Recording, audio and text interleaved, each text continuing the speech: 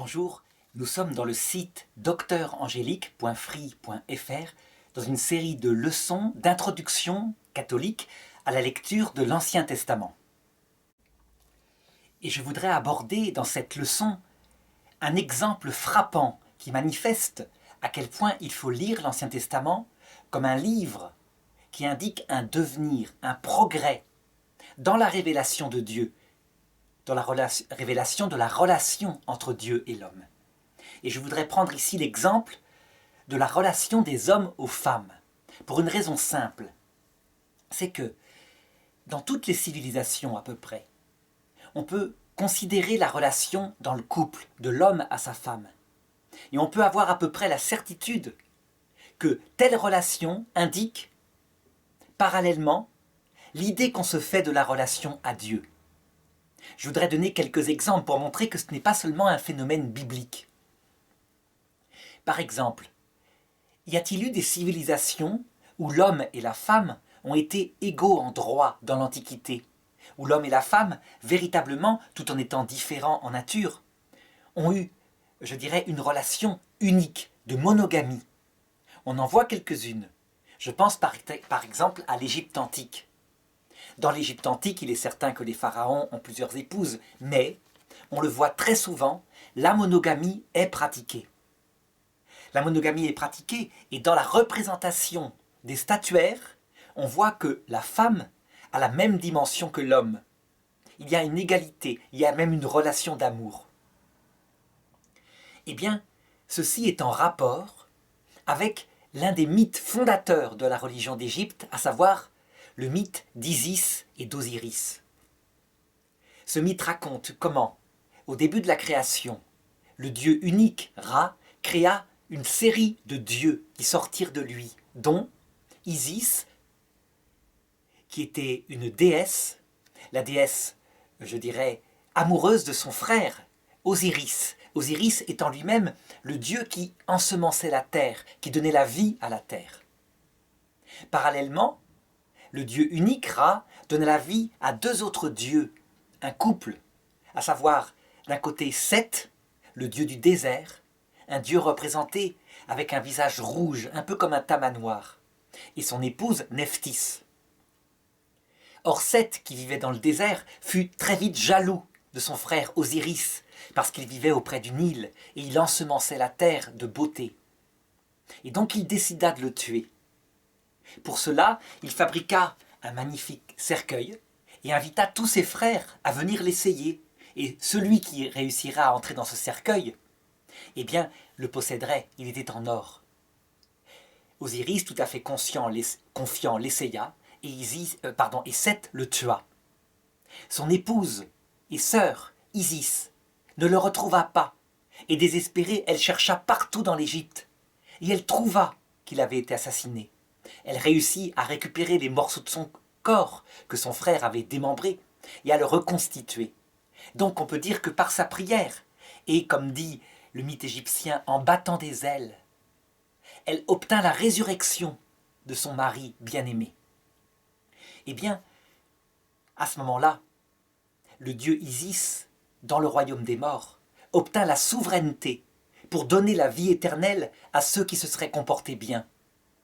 Et donc, les Égyptiens antiques, afin d'obtenir la vie éternelle, se racontaient ce mythe de l'amour du dieu Osiris et de la déesse Isis, et essayaient véritablement de l'imiter, si bien que leur relation dans leur couple, qui était une relation faite véritablement d'une volonté d'égalité, de reconnaissance de l'amour, eh bien, elle avait un rapport avec ce qu'ils considéraient, en tout cas dans la partie osirienne de la religion égyptienne, de leur relation à Dieu.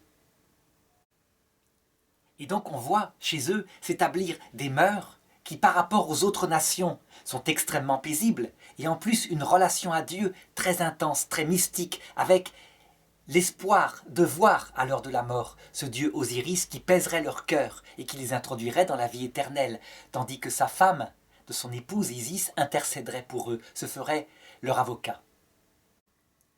Parallèlement, à la même époque, dans d'autres peuples, quelquefois des peuples extrêmement païens qui offraient même des sacrifices humains, Je pense par exemple à la religion du dieu Moloch qui était en Syrie. Eh bien, dans l'Antiquité, lorsqu'on regarde le rapport des hommes aux femmes dans ces civilisations-là, eh bien, les femmes sont écrasées, elles n'ont qu'à obéir. Et si elles désobéissent alors qu'elles passent de l'autorité du père à celle du mari, elles risquent leur vie véritablement. La femme est inférieure, les couples sont polygames puisque la femme est inférieure. Elle est donc quelqu'un qui donne la vie. Et il n'est pas question, sauf exception, d'avoir une relation d'amour avec elle. Eh bien, parallèlement, on constate que le rapport à Dieu est dans une relation identique. Ce Dieu est terrible. C'est un juge impitoyable. Et pour se l'amadouer, il faut lui offrir des sacrifices. Par exemple, l'enfant premier-né. Et alors il se calmera. Eh bien, c'est un peu pareil dans le monde entier. Et la Bible n'y échappe pas. Et c'est pourquoi, afin de manifester à quel point il y a eu une évolution et un progrès dans la relation à Dieu, il faut que j'étudie maintenant, à travers la Bible, l'évolution de la relation entre les hommes et les femmes, afin que chacun comprenne bien qu'il ne faut pas lire la Bible comme si un texte de la Genèse, par exemple, au niveau de l'histoire d'Abraham, aurait la même valeur normative que l'Évangile qui montre le sommet de la révélation, et donc de la relation entre les hommes et les femmes. Alors, en réalité, lorsqu'on lit la Bible, on s'aperçoit que ce n'est pas une pente qui monte comme ça régulièrement et qui s'achève en Jésus-Christ dans la perfection. Ce qui se passe, c'est plutôt ce schéma-là. On le voit, il y a un premier sommet ici, qui sera très bref, avec Adam et Ève. Puis il y a le péché originel avec une chute qui va être radicalement visible et que je montrerai au niveau du livre des juges, avec le sommet, on peut dire, de ce qui est raconté dans la Bible comme perversion.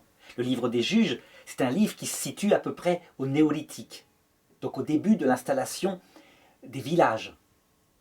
Ensuite, il y a un lent progrès de l'humanité. Moïse, le statut de la femme n'est pas tellement supérieur.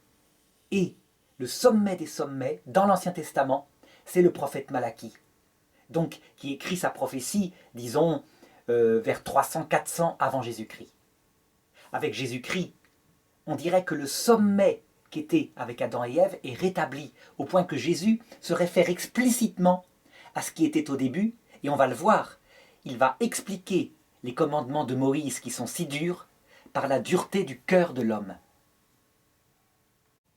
Eh bien, j'essaierai de montrer, tout au long de cette étude, que la relation à Dieu a été de la même qualité. Ça veut dire qu'on peut véritablement comparer époque par époque. Au point d'ailleurs que saint Paul, dans l'Épître aux Éphésiens, dit ceci. Il y a dans le mariage un grand sacrement, un grand signe. Je veux dire, le rapport de l'âme avec Dieu, de l'Église avec Dieu. Et c'est très vrai. Telle époque, telle relation à sa femme, telle relation avec Dieu. Le rapport est instantané et donc ça permettra de bien visualiser ce progrès dans la Bible. Alors au tout début, dans le livre de la Genèse, la foi catholique rapporte que la relation à Dieu était intime, parfaite, dans une confiance totale, au point que Dieu marchait dans le jardin. Ce qui signifie qu'il marchait dans le cœur d'Adam et Ève. Ils avaient une présence d'intimité qui était native, qui venait d'une décision de Dieu, et ils en profitaient, mais du coup, ils ne voyaient pas l'immense avantage qu'ils avaient. Comment est-ce que le monde, qui était le même monde que maintenant, avec une vie animale, une vie végétale, des animaux qui mangeaient, comment ce monde était un paradis parce qu'ils le voyaient comme tel dans leurs yeux illuminés de la présence de Dieu. Et donc dans le premier récit de la Genèse, Dieu dit « Hommes et femmes, il les créa. À son image, il les créa. » On voit bien, dès le début de la Bible, il y a donc une relation d'égalité de regard de Dieu sur l'homme et la femme, ce qui ne veut pas dire qu'il y a une égalité de nature. Au contraire, dans le deuxième récit, le rapport de complémentarité de l'homme et de la femme est établi par le symbole très fort suivant. Dieu fit tomber Adam dans un sommeil mystérieux. Il prit sa côte, il la bâtit en femme et il lui apporta. La côte, dit saint Augustin, c'est le symbole de la partie la plus proche du cœur, ce qui signifie que la femme ne lui est pas donnée pour servir à quelque chose, mais elle est complémentaire du niveau de son cœur, au point que Adam n'a pas de but à sa vie s'il n'a pas sa femme pour qui il va travailler avec joie. C'est le projet de Dieu à l'origine. D'ailleurs, tout de suite, Adam, pour signifier sa relation à sa femme, dit ceci. C'est en Genèse, au chapitre 2, verset 23. Alors Adam s'écria, « Pour le coup, celle-ci est l'os de mes os, la chair de ma chair. Celle-ci sera appelée femme, car elle fut tirée de l'homme, celle-ci.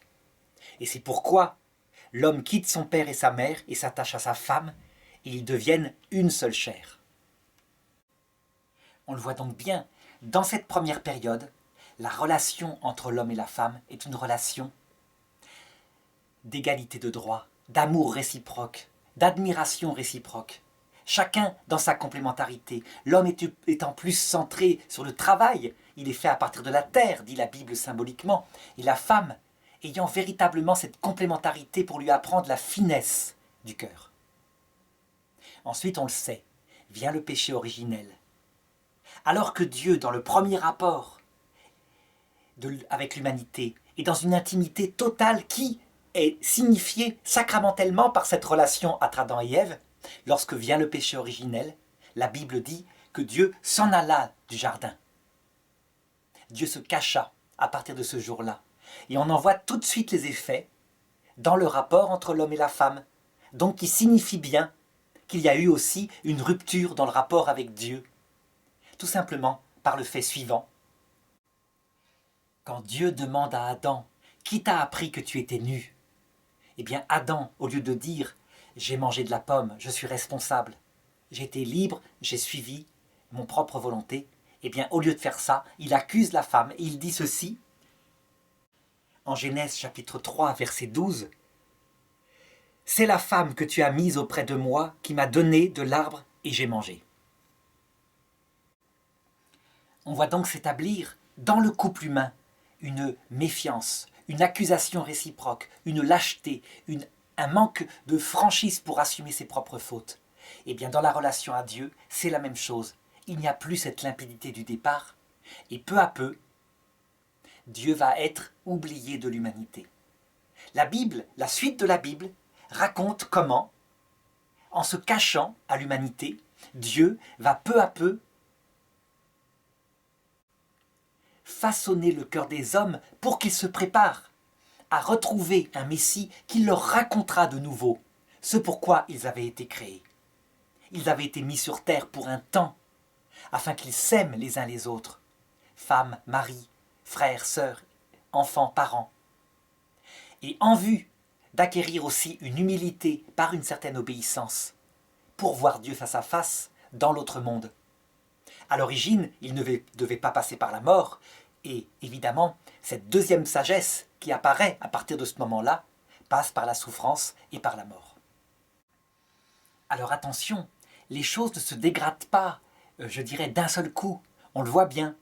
Par exemple, si on lit l'histoire de Abraham avec sa femme, il y a une véritable relation de monogamie. Il aura une deuxième femme, mais c'est Sarah elle-même qui le voudra parce qu'elle est stérile. Ça veut dire que donc ce n'est pas partout le même écroulement des relations entre hommes et femmes. Il y a évidemment des exceptions, des gens qui se comportent bien.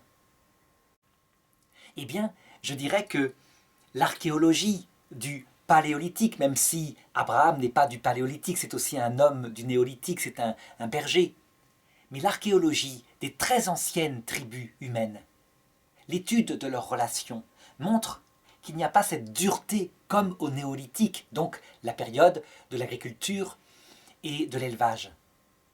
Il y a même, très souvent, dans ces anciennes civilisations qui sont animistes, un souvenir qu'il y a au sommet un Dieu unique. Un souvenir que ce Dieu unique récompensera, qu'il y aura une vie éternelle. On se souvient, par exemple, quand on était jeune, des westerns de notre enfance qui nous montraient des Indiens, qui étaient des hommes, disons des chasseurs-cueilleurs, donc des hommes du paléolithique, et qui, lorsqu'ils mouraient dans la dignité au combat, allaient rejoindre, le grand esprit dans les prairies éternelles de l'autre côté. Seulement, ce souvenir du Dieu unique, créateur de tous les dieux, s'estompera peu à peu. Et on voit même à l'époque d'Abraham, je dirais, qu'il y a plusieurs dieux, et que le Dieu d'Abraham n'est qu'un Dieu d'une famille, parmi d'autres familles qui ont d'autres dieux.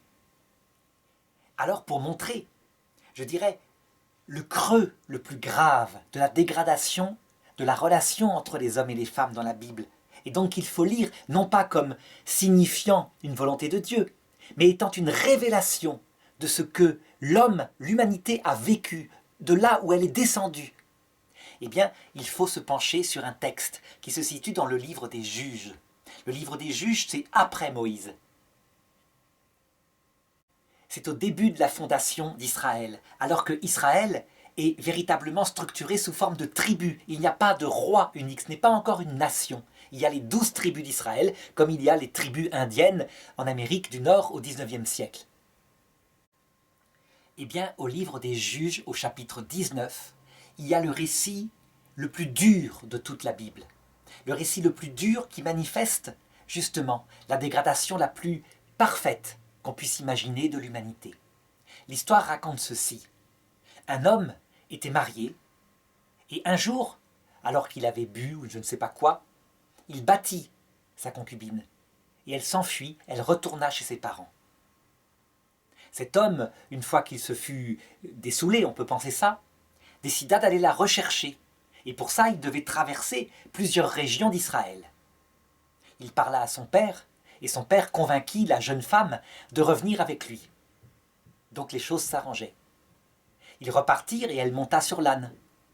Seulement, alors que le soir tombait, ils durent s'arrêter dans une ville de la tribu de Benjamin, donc une des 12 tribus d'Israël. Ils s'arrêtèrent au milieu de la place et un homme passa qui revenait des champs qui leur dit « Mais ne restez pas là, vous êtes fous, ne restez pas là toute la nuit, venez chez moi, je vous accueille. Vous ne savez pas ce qui se passe ici la nuit. » Alors ils acceptèrent de suivre cet homme et ils allèrent chez lui. Il donna à manger à leur âne.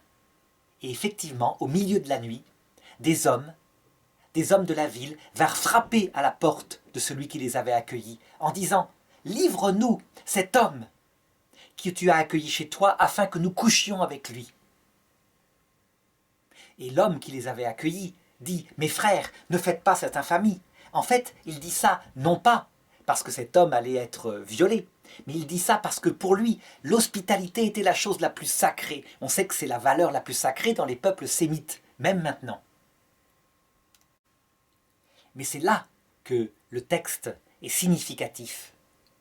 L'homme qui les avait accueillis dit à ceux qui étaient à l'extérieur et qui se faisaient de plus en plus menaçants « Ne faites pas le mal, mes frères, mais j'ai chez moi une jeune fille, ma fille.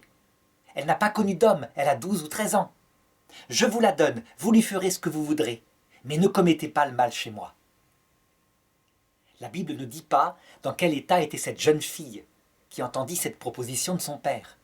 Tout ce qu'elle dit, c'est que l'homme, voyant cette générosité, saisit sa concubine, l'a mis dehors, les violeurs la violèrent toute la nuit. Au lendemain matin, elle se traîna jusqu'à la porte et là, elle mourut d'hémorragie. Lorsque le soleil se fut levé, le voyageur sortit, toucha sa femme du pied, vit qu'elle était morte, la chargea sur son âne, la coupa en 11 morceaux, envoya un morceau à chaque tribu d'Israël en disant « Accepterez-vous une telle perversion chez une tribu d'Israël ? Partons à la guerre !» Et c'est ainsi que commença la guerre de Benjamin, la guerre des Benjaminites. On le voit, ce texte est tout à fait significatif d'une barbarie. Une barbarie chez un peuple qui, par ailleurs, on va le voir tout au long de ce texte, il est intéressant de le lire, est extrêmement pieux. Lorsqu'il part à la guerre, eh bien on pourrait dire qu'il dit des chapelets. Il se tourne vers l'arche d'alliance pour demander à Dieu « Devons-nous attaquer maintenant ?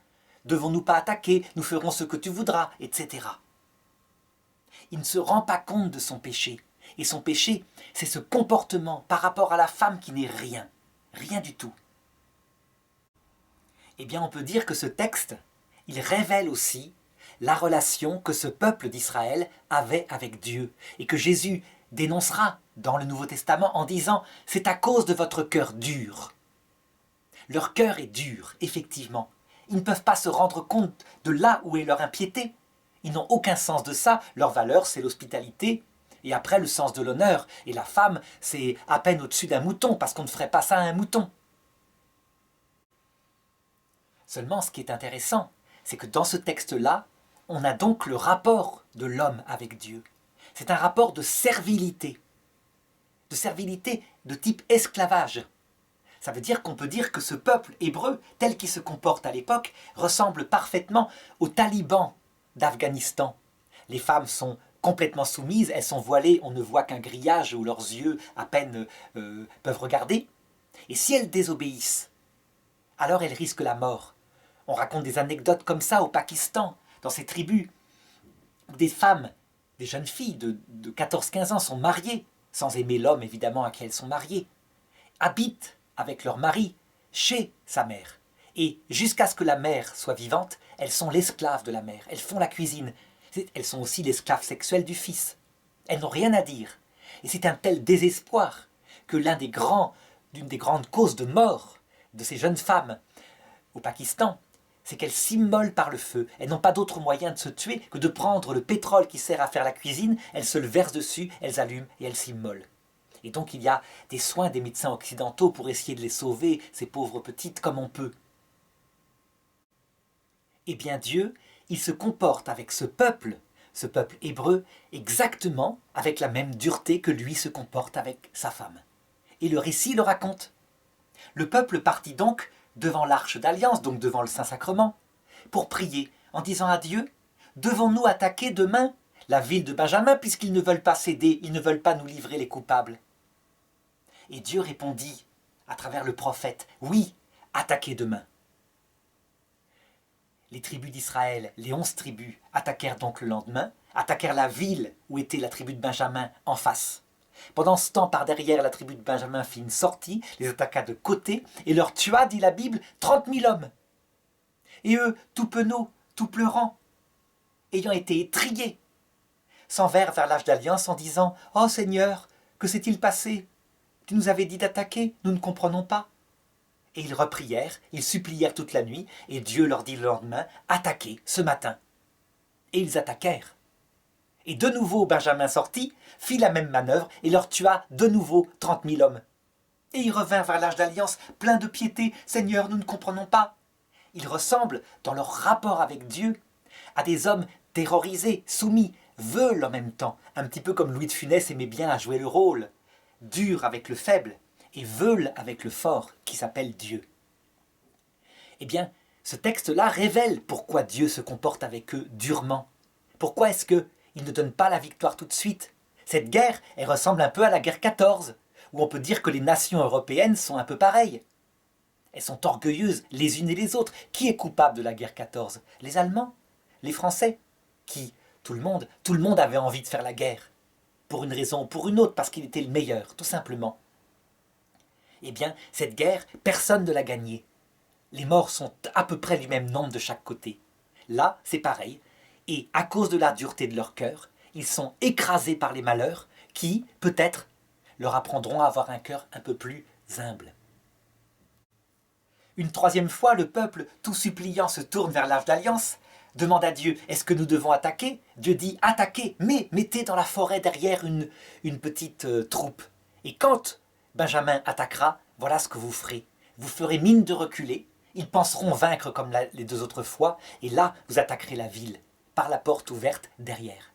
C'est ce qu'ils firent. Seulement, dans l'ardeur de leur combat, ils massacrèrent tout le monde, toutes les femmes, sans exception, tous les enfants, sans exception, tous les veaux, sans exception, toutes les vaches, et tous les hommes, sauf 8 hommes, qui se réfugièrent dans la montagne. Et le soir, ils revinrent vers l'Arche d'Alliance, tout heureux, et ils dansèrent devant l'arche en remerciant Dieu de la victoire. Et puis, quand ils eurent dessoulé, le lendemain, ils se rendirent compte qu'ils avaient éliminé une tribu des fils d'Israël.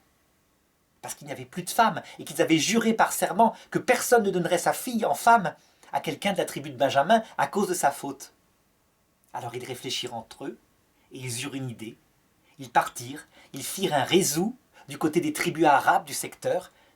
Les jeunes filles étaient dans les vignes pour la fête du printemps. Ils en enlevèrent une vingtaine, sans qu'elles aient le choix. Ils les apportèrent comme épouses aux hommes qui avaient survécu, et c'est ainsi que la tribu de Benjamin repartit. Ce texte-là, il est très très important dans sa dureté, dans le scandale qu'il révèle. Il est très important parce que c'est un texte comme ça qui explique pourquoi Moïse a fait une loi parfois si barbare. Pourquoi est-ce que Moïse, qui a écrit la loi par ses propres mains, il l'a inventée par son intelligence, ça se voit très bien. C'est la loi pensée par un homme qui vit à peu près à cette période-là. Et pourquoi cette loi, elle est tout de même révélée? Elle fait partie de la révélation. Non pas que les commandements qui sont dedans seraient tous valables pour l'éternité, du tout, mais parce qu'elle révèle l'état de l'humanité à un certain moment. Par exemple, la loi du talion, œil pour œil, dent pour dent. On sait bien que Jésus, il l'a remplacée par une autre loi. Je vous dis de ne pas résister à vos ennemis. Faites du bien à ceux qui vous haïssent. Donc il serait vain, maintenant pour un chrétien, d'invoquer la loi du talion, puisqu'elle est remplacée par une loi nouvelle, la loi de l'Évangile. Eh bien, Jésus, de la même façon, dit « C'est à cause de la dureté de votre cœur que Moïse vous a donné cette loi qui ne sauve pas, et dont je voudrais montrer quelques exemples. Parce qu'elle va révéler, dans la mesure où elle révèle le rapport des hommes et des femmes, le rapport avec Dieu. Moïse, il est dit qu'il fréquentait Dieu face à face.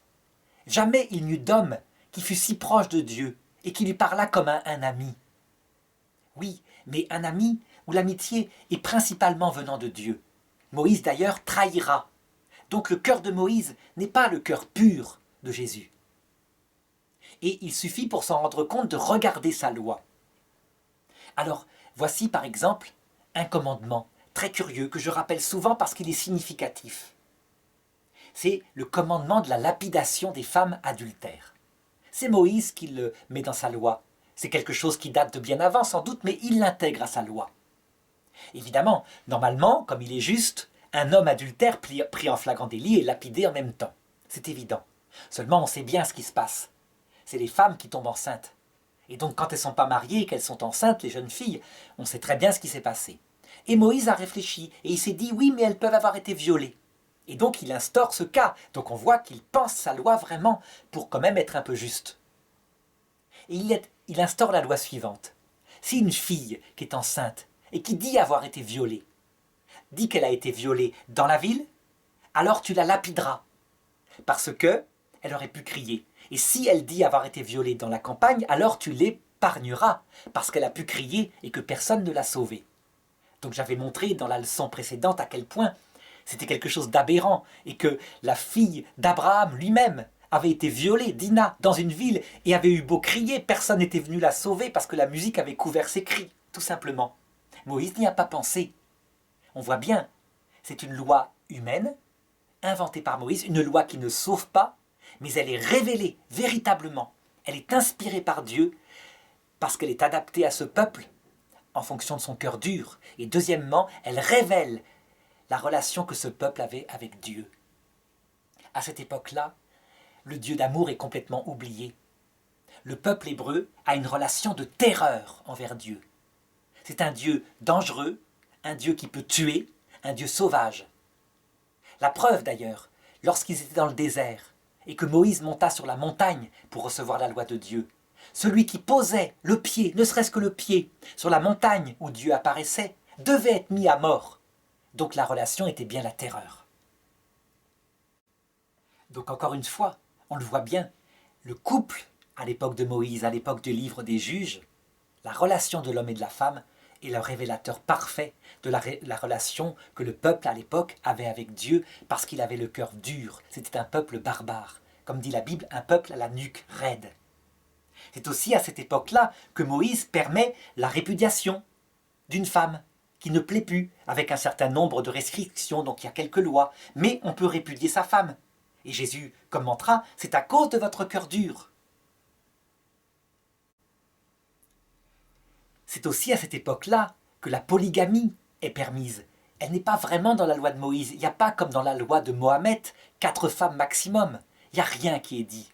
Si bien que, on verra par la suite, certains rois, comme le roi Salomon, avoir 1000 femmes, du moins 700 épouses et 300 concubines.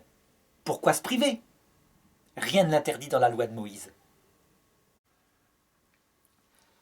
De la même façon, donc, on voit la relation à Dieu s'établir comme cela. Par exemple, après les juges, viennent les premiers rois. C'est le roi Saül le premier. Il est oint par le prophète Samuel. Ce que Dieu demande à Saül, c'est tout simplement une obéissance absolue. Une obéissance out cadavère, comme un cadavre. Saül, malheureusement, désobéit, prend ses propres initiatives, n'écoute pas le prophète, et donc Dieu se détourne de lui. Évidemment, s'il est demandé une obéissance absolue, sans comprendre qu'il y a un lien d'amour, mais uniquement matériel, il ne faut pas s'attendre à ce que le peuple ait une relation avec ce Dieu autre que la peur. Peut-être qu'on est passé de la terreur à la peur, mais la peur, elle est là. Le roi suivant, David, eh bien lui, il essaiera de dépasser la peur de Dieu pour passer à l'amour de Dieu. Il va vraiment essayer. L'histoire est racontée dans le 2e livre de Samuel au chapitre 6. Et c'est au verset 9 que la conclusion de l'histoire apparaît. Donc voilà ce qui se passe. David a gagné ses guerres, il a fait beaucoup de morts. On peut l'imaginer comme un roi guerrier du type Mohamed. À un moment donné, il s'est construit avec les richesses qu'il a eues un beau palais. Et il se dit, moi je vis dans un grand palais, et comment est-ce que Dieu n'aurait pas un palais pour lui? Seulement Dieu lui dit, ce n'est pas toi David qui construiras un palais pour moi, car tes mains sont couvertes de sang, mais ton fils le fera pour toi. Alors David du coup réfléchit et se dit, c'est très simple, je vais prendre, puisque c'est mon fils qui construira le palais, je vais prendre le Saint-Sacrement chez moi, l'arche d'alliance chez moi. Tout simplement, il vivra dans mon palais, je l'honorerai, et comme ça j'aurai une relation directe à Dieu, une relation d'amour, d'amitié. Et il commanda cela aux prêtres, et les prêtres acceptèrent. Donc, ils portèrent l'arche d'alliance en procession. Et David, sur tout le chemin, dansait devant l'arche d'alliance, et les musiciens accompagnaient sa danse avec de la musique. C'était extraordinaire. On peut imaginer ça un peu comme une procession du Saint-Sacrement, tel qu'il se pratiquait au XIXe siècle dans nos campagnes. Véritablement, on peut dire que David établissait l'Évangile de son propre initiative. L'Évangile, ça veut dire une relation d'amour, d'amitié avec ce Dieu qui habitait dans l'Arche d'Alliance. Seulement, à un moment donné, un des 4 prêtres qui portait l'arche sur un brancard, comme cela, trébucha. Et l'arche faillit basculer. Alors un homme qui était là, dans la haie d'honneur, prit l'initiative pour ne pas que l'arche bascule et essaya de la retenir comme ça en la touchant. Et la Bible raconte que Dieu, depuis l'arche d'alliance, foudroya cet homme et il mourut aussitôt. Et on en informa David. David qui avait vu le geste, qui n'était pas un geste de manque de respect, mais au contraire un geste de respect. Alors David eut peur de Dieu et se dit, c'est un Dieu terrible, je ne vais pas habiter avec lui. Et donc David décida de porter l'arche d'alliance ailleurs que dans sa maison. Jésus commentera et donnera l'explication de cela plus tard. Il dira, l'Esprit Saint n'avait pas encore été donné. La relation d'amour avec Dieu n'était pas possible parce que l'Esprit Saint n'avait pas été donné. Et pourtant, beaucoup désirèrent voir un seul jour du Fils de l'homme et ne le virent pas. Donc Dieu ne permit pas encore que David ait une relation d'amour, d'amitié avec lui. Il explique pourquoi il avait les mains couvertes de sang. Mais regardons aussi le cœur de David. Le cœur de David est un cœur dur. Ce n'est pas un cœur qui est prêt à une relation d'intimité. Et il suffit encore une fois de regarder le rapport à ses femmes. David avait épousé une des filles de Saül. La fille de Saül, lorsqu'elle le vit danser avec son petit pagne devant l'arche d'alliance ce jour-là, le méprisa dans son cœur en disant « Mais comment est-ce qu'un roi peut faire comme ça? C'est ridicule !» Et David l'a pris. Alors, à partir de ce jour-là, il lui dit « Jamais plus je ne t'approcherai, jamais plus je ne te toucherai. » Et effectivement, jamais plus il ne l'approcha, et jamais elle n'eut d'enfant, cette femme-là. David avait de nombreuses femmes, et donc il ne pouvait pas les aimer comme l'égale, comme on le voyait dans l'Égypte antique, chez certains du peuple à cette époque-là. De même, David, celle qu'il aima le plus, la femme la plus belle qu'il épousa, à savoir Bethzabée, il l'épousa en faisant tuer son mari qui la gênait parce que justement elle était mariée. Un assassinat terrible qui valut d'ailleurs à David une punition terrible venant du ciel. Mais comme David était un homme droit, qu'il prit conscience de son péché, il s'en repentit amèrement, il pleura devant Dieu et Dieu lui pardonna. Il faudrait, pour bien faire, pour comprendre le rapport de l'homme à la femme en cette période-là, faire aussi un rapport de l'homme avec la gloire politique. On peut dire que la gloire politique n'arrange pas les choses. Et on le voit avec le roi suivant, Salomon.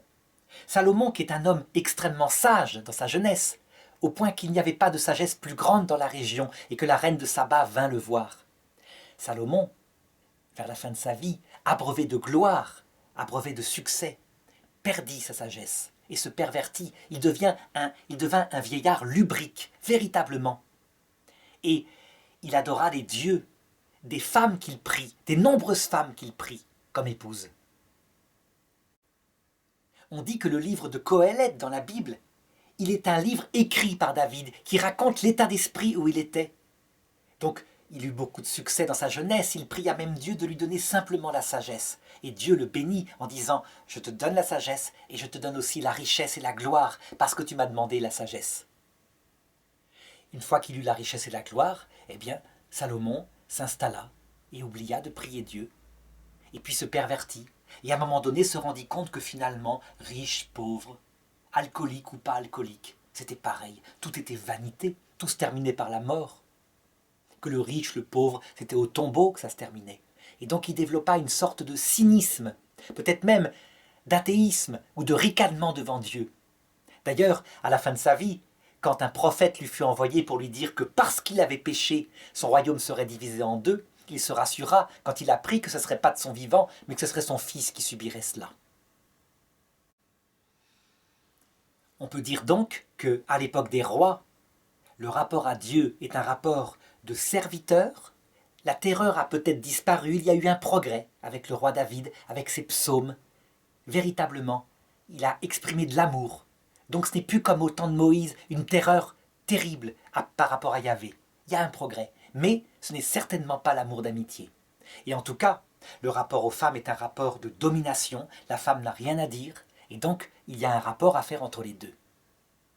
Le grand bouleversement dans le peuple juif, dans le peuple hébreu, le grand bouleversement, ce sera vers 700 avant Jésus-Christ, la destruction du royaume et la déportation du peuple à Babylone. On peut dire que là, il y a un axe majeur qui va changer le cœur de ce peuple, par la souffrance, évidemment. D'autant plus que voilà ce qui se passe. À un moment donné, arrive un roi, le roi Josias. C'est un roi extraordinaire. C'est un peu le Saint-Louis de la Bible. Il n'y a jamais eu de roi aussi pieux. Il est bien supérieur à David au niveau piété. Le roi Josias, c'est celui qui découvrit la loi juive dans le temple de Jérusalem et qui l'a lue au peuple. C'est lui aussi qui appliqua tous les commandements de Moïse, allant jusqu'à détruire le serpent d'airain que Moïse avait construit dans le désert pour être sauvé des serpents, et que le peuple adorait comme Dieu, ce qui était de l'idolâtrie, évidemment.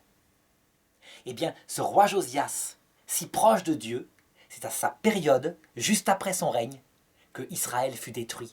Et donc, le peuple hébreu ne comprit pas s'il avait été détruit à l'époque du roi Salomon, vers la fin de son règne, il aurait compris, il avait péché. Mais là, alors que justement, il atteignait le sommet de la sainteté, c'est à ce moment-là que vient la destruction.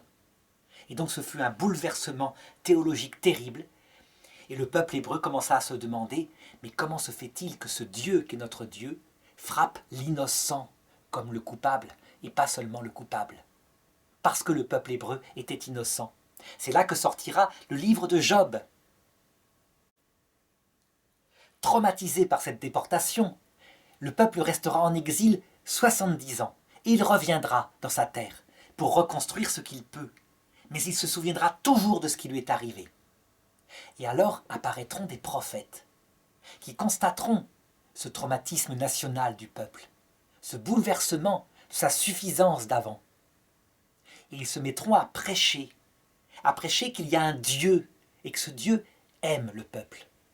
Attention, il ne s'agit pas du tout de dire que Dieu aime individuellement chaque personne comme l'unique et qu'il est prêt à mourir pour elle, du tout. C'est une relation du peuple comme entité avec Dieu, mais c'est tout de même, on parle d'amour. Et là, je voudrais parler de deux prophètes particulièrement, qui en ont parlé. L'un s'appelle Osée. Et Osée, il va décrire exactement le comportement de Dieu avec son peuple, comme le comportement d'un homme aimant avec son épouse adultère. En disant ceci, tu t'es prostituée avec tes amants, moi je t'aimais, tu avais pris plein d'amants, je t'avais pourtant couvert de richesses.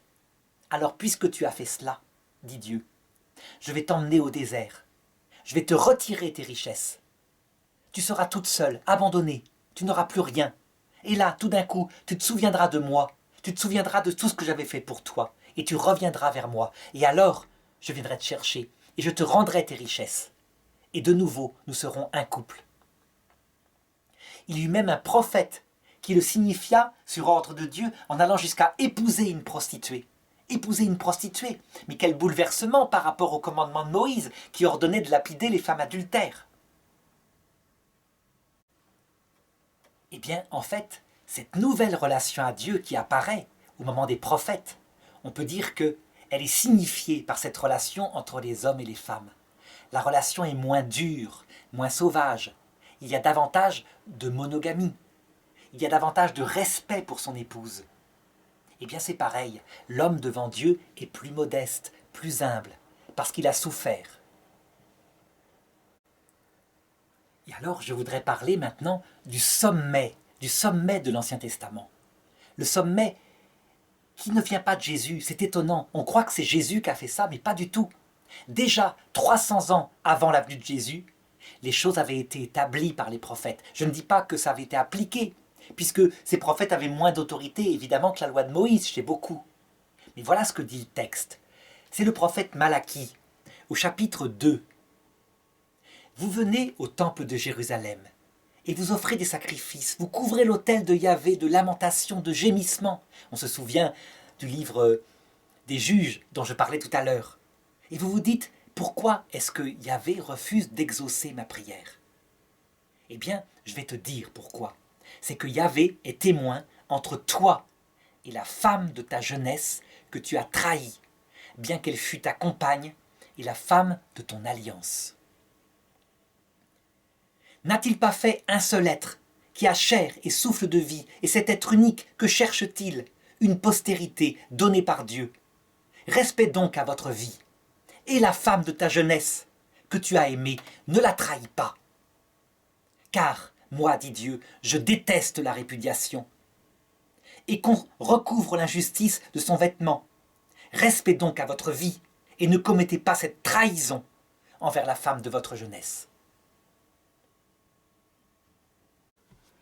On peut donc dire qu'avec ce texte de Malachie, l'explication de la guerre des Benjaminites, du massacre des autres tribus, pas seulement des coupables, selon le peuple hébreu, les Benjaminites, mais de tout le monde parmi le peuple, s'expliquait enfin. Les femmes étaient méprisées, abandonnées, trahies, livrées au viol, valant moins qu'un mouton. Et tout d'un coup, avec Malachie, c'est ta femme, ton unique, qui est rappelée. Donc la monogamie est instituée par Dieu, non pas par un commandement formel, mais là, véritablement. Et deuxièmement, la répudiation est bannie. Tu ne trahiras pas la femme de ta jeunesse. On peut donc dire qu'à ce moment précis, on obtient dans le peuple hébreu une sagesse qui ressemble à celle qu'on pouvait voir à la même époque et dont je parlais tout à l'heure, chez ceux qui en Égypte antique adoraient le dieu Osiris et la déesse Isis. Le respect de sa femme pour avoir la vie éternelle. Eh bien, ce texte révèle certainement où était rendue la relation d'une grande part du peuple juif, puisqu'à cette époque-là, ce ne sont plus des Hébreux, seule la tribu de Juda a subsisté, donc du peuple juif avec son Dieu. Après l'exil de Babylone, l'humiliation, le cœur brisé, ce peuple juif, il aspire après un sauveur. Oh, il ne faut pas se faire d'illusions. Tous n'ont pas oublié la férocité de l'époque de Moïse. Tous n'ont pas compris que la loi de Moïse était maintenant déjà remplacée par la loi de Malachie. Il y a des débats chez les Juifs. Les Sadducéens pensent qu'il n'y a que la loi de Moïse. Les pharisiens pensent que les prophètes sont aussi importants parce qu'ils affinent les commandements de Moïse donnés à telle époque. Ce qui est certain, par contre, c'est que à cette époque-là, il commencera à naître dans le peuple hébreu des gens qui attendent un Messie, mais pas un Messie militaire, comme Moïse l'avait annoncé avec Josué, le premier Jésus, Josué le combattant qui conquit la terre matérielle de Palestine, mais un Messie souffrant, un Messie plein d'humilité, un Messie qui prendrait sur lui les péchés du peuple. Et le prophète Isaïe l'annonce. Donc on le voit encore une fois. La relation de l'homme avec la femme, qui a progressé énormément du fait de la souffrance du peuple, manifeste comme un sacrement que la relation avec Dieu a progressé, que l'aspect conquérant, terrestre, millénariste a diminué au profit de quelque chose de plus spirituel. Et alors enfin, arrivera Jésus. Jésus, Dieu lui-même, créateur d'Adam et Ève, celui qui était en relation avec Adam et Ève au début de l'humanité et qui fut trahi par Adam et Ève. Viendra Jésus, le Dieu, qui s'incarnera pour rappeler à l'homme sa volonté, qui il est. Et aussi, du coup, pour manifester dans la relation entre l'homme et la femme ce que c'est que la relation entre Dieu et l'homme que Dieu veut. Pour résumer, voilà ce que Jésus annonce. Il annonce qu'en fait, Dieu veut une relation d'amour intime, non pas avec le peuple chrétien, mais avec chaque personne comme son unique. Si quelqu'un m'aime, nous viendrons en lui, nous, c'est-à-dire la Trinité, Père, Fils, Saint-Esprit, nous ferons en lui notre demeure. Et nous habiterons chez lui. Et Jésus en Saint Jean commente en disant « Vous ne serez plus des serviteurs, vous n'êtes plus des serviteurs, vous êtes mes amis, parce que vous connaissez maintenant ma volonté. » La volonté de Jésus, c'est donc une relation d'amour intime, d'amour, d'amitié, celle que David avait essayé d'instituer, et ce n'était pas le moment. Expliquer les raisons de la souffrance qui avait eu lieu dans l'Ancien Testament, en disant « C'était pour façonner votre cœur en vue de la vie éternelle. » Parce que nul ne peut voir Dieu sans devenir tout humble et sans l'aimer, évidemment. Du coup, pour manifester cette relation si profonde, si intime, Jésus change le mariage entre l'homme et la femme. Et il dit ceci. Moïse vous avait dit que vous pouviez répudier vos femmes. C'est donc à cause de la dureté de votre cœur qu'il vous avait commandé cela. Eh bien moi je vous dis, ne répudiez pas vos femmes. Celui qui répudie sa femme la met en danger d'adultère si elle se remarie. Et si une femme épouse quelqu'un alors qu'elle est mariée, elle commet un adultère. Le texte paraît dur comme cela. Et on sait que les apôtres, lorsqu'ils l'entendent dire si c'est comme ça la relation d'un homme avec une femme, autant pas se marier, c'est pas la peine. On va être coincé, on aura des femmes qui ne nous rendront pas heureux, qui crieront à la maison, on ne pourra pas les répudier. Et Jésus répondit que celui qui comprenne puisse comprendre. En fait, ce que manifeste Jésus ici, c'est l'appel à la fidélité pour le meilleur et pour le pire. C'est quelque chose qui n'est pas humain. Moïse avait donc autorisé le divorce, ne serait-ce qu'en cas d'adultère. Jésus dit bien la fidélité quand la promesse est faite pour le meilleur, pour le moins bon, mais pour le pire. Et le pire, c'est quoi? C'est la trahison. Et il explique de cette façon-là. Lorsque vous, humains, vous me trahissez par vos péchés, lorsque vous trahissez la relation d'amour avec Dieu, Dieu, de son côté, il ne trahit jamais, jamais. Dès que vous revenez en suppliant pour être pardonné, aussitôt il rétablit l'amour avec vous. Il rétablit 7 fois, 77 fois, ça veut dire à l'infini. Eh bien cette qualité de l'amour que Dieu a pour vous, signifiez-le et réalisez-le avec l'amour entre femmes et hommes. C'est ainsi, on le voit, que le sacrement de mariage fut élevé vraiment au rang de sacrement chrétien. Alors évidemment, dans l'histoire de l'Église, certains ne comprirent pas cet appel de Jésus qui n'était pas un piège à damnation, au point qu'un homme qui, par exemple, n'aurait pas pu rester fidèle par faiblesse serait damné irrémédiablement. Ou une femme qui aurait été rejetée par un homme qui l'aurait trahi et qui se serait remariée serait conduite en enfer éternel. Pas du tout. On sait bien qu'il y a une autre voie pour les gens qui n'arrivent pas à suivre un tel appel. C'est la voie du publicain. Quand le publicain arrive dans le temple et dit au Seigneur « Je suis un pauvre homme, je suis pécheur, je ne fais rien de bon. Je le reconnais devant toi. » Et que Jésus dit de ce publicain, il repartit béni. Pourquoi ? Parce qu'il avait simplement reconnu son péché. Donc ça ne veut pas dire non plus qu'il faut se laisser aller à pécher, à trahir son conjoint, c'est pas ça. Mais c'est pour montrer qu'il n'y a pas là les mêmes menaces qu'à l'époque de Moïse, où si quelqu'un n'appliquait pas un commandement, il risquait véritablement la mort physique. Rien de tel dans la loi de Jésus, c'est une loi d'attraction de l'amour. Il s'agit d'un appel et non pas d'une menace. Pour le signifier, pour montrer à quel point cette parole de Jésus fut un sommet et que les hommes eurent du mal à le garder, j'ai fait ici une courbe descendante après la mort de Jésus, que je devrais prolonger en montrant qu'elle ne cesse de progresser. Ça veut dire qu'en fait, le progrès qu'on voit depuis Adam et Ève et dans le Nouveau Testament jusqu'à Jésus, il se continue. Les hommes comprennent de plus en plus profondément, au fur et à mesure qu'ils avancent dans l'humanité, le message de Jésus.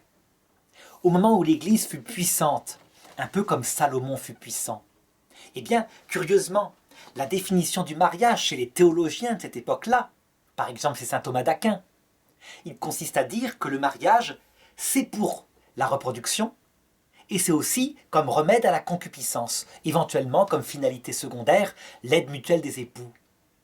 Le Code de droit canon de 1917, il définit d'ailleurs le mariage comme cela. Il a été institué pour générer des enfants, et c'est sa finalité. Le Code de droit canon de 1983, réécrit après le Concile Vatican II, et donc après toutes les épreuves des deux guerres mondiales, de l'apostasie en Europe, il définit le mariage tout à fait beaucoup plus précisément, en disant que le mariage, il est fondé sur l'amour. Pas un amour sentimental, un amour choisi, un amour volontaire, un amour qui s'engage. Le Code de droit canon ne le précise pas, mais tout le reste des articles du droit canon qui déclinent les conditions du mariage l'expliquent. Qu'il a pour finalité, et il ne cite pas d'ordre, il a pour finalité l'accroissement de cet amour et le don de la vie. Et les finalités secondaires, c'est l'aide mutuelle matérielle, etc., etc. Donc, on voit que l'Église elle-même, au fur et à mesure qu'elle avance et qu'elle connaît des épreuves, un peu comme le peuple hébreu, eh bien, elle comprend plus profondément à quel point le message de Jésus, il a une portée énorme. À un moment donné, les chrétiens avaient le cœur plus dur que maintenant et donc interprétaient le message de Jésus durement. C'est exactement pareil.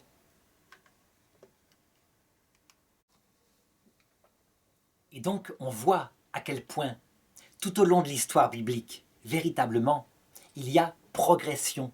De même qu'il y a progression dans l'histoire de l'Église, qui comprend de mieux en mieux l'Évangile parfaitement révélé par Jésus pourtant, et qu'il y a progression dans nos cœurs personnels. Ça veut dire qu'un homme tout au long de sa vie, eh bien, il comprend de mieux en mieux le mariage. Au début, il le fonde sur des amours sentimentaux. Et à un moment donné, s'il est fidèle, il comprend que c'est la personne de l'autre qui vieillit avec lui, au-delà du plaisir qu'ils peuvent avoir ensemble, qui est son but, et l'éducation des enfants. Il comprend aussi que ce mariage, véritablement, se prolongera au ciel, mystérieusement, parce que beaucoup plus profondément. Je veux dire par là que celle qui a été sa femme, on la revoit de l'autre côté. On n'est plus son mari, comme sur terre. C'est pas ça, puisque le cœur est donné, est mis à une autre dimension. En voyant Dieu face à face, on est capable, comme Dieu, d'aimer, comme l'unique, chaque personne du paradis. Mais celle qui a été sa femme, elle est là, véritablement. On la voit. Dieu ne brise pas les amours qui ont été sincères sur la terre. On peut dire qu'au ciel, de la même façon, la relation que nous aurons avec notre prochain, qui sera dans une tendresse unique, dans une limpidité totale, notre peau ne cachera plus notre âme, mais au contraire, elle révélera toutes les pensées de notre cœur, toute notre histoire. Eh bien, cette relation, qui est comme un mariage, entre guillemets, même s'il n'a rien de sexuel, mais un mariage universel avec les anges, avec chaque personne du ciel, comme si elle était l'unique, sera l'image de ce mariage unique de toutes les âmes avec Dieu, parce que Dieu sera vu face à face, sans obstacle, sans qu'il y ait aucun intermédiaire, pas même l'humanité du Christ. Dieu sera vu directement dans sa divinité, et je dirais que l'humanité du Christ sera plutôt manifestée par sa divinité que l'inverse, comme c'est le cas actuellement. Voilà, j'espère que cette leçon aura bien manifesté à quel point une lecture chrétienne de la Bible n'a rien à voir avec une lecture musulmane. Les musulmans, eux, ils disent « pas du tout ». Abraham avait la même relation à sa femme que les musulmans actuels, donc 4 femmes maximum, etc. Même chose pour Moïse. Moïse a autorisé, comme dans le Coran, la lapidation, 4 femmes maximum, et c'est les hommes qui ont falsifié la loi de Moïse et qui ont permis qu'il y ait plus de femmes, par exemple, par la suite. De même, les musulmans diront que l'évangile de Jésus, c'est le Coran, mais que les chrétiens, en écrivant l'évangile, l'ont falsifié. Ils ont tellement admiré Jésus, qui était un homme extraordinaire, qu'ils sont allés exalter ses commandements jusqu'à dire des choses impossibles à vivre, comme la fidélité pour le pire, alors que le divorce, évidemment, est autorisé par Moïse et dans l'islam. L'islam, il considère la Bible comme un livre qui a été falsifié parce que pour eux, le Coran est la volonté de Dieu maintenant et pour l'éternité, à savoir une relation de serviteur humble avec Dieu. On peut dire que les musulmans considèrent que la relation qu'on voit dans la Bible au niveau du livre des Maccabées, un livre écrit en grec vers 300 avant Jésus-Christ, serait la relation universelle que Dieu a eue avec les hommes. Pour les chrétiens, la relation dans le livre des Maccabées, elle se situe par ici. Par ici. Il y a encore la polygamie très fortement, il y a encore la violence, alors que le livre de Malachie se situe un peu plus haut ici. Donc c'est un moment de la révélation auquel les musulmans sont retournés, ne pouvant pas vivre l'absolu de la relation que Jésus invitait avec Dieu, et cette égalité en droit entre un homme et une femme, comme c'était le cas entre Adam et Ève dès le début de l'humanité.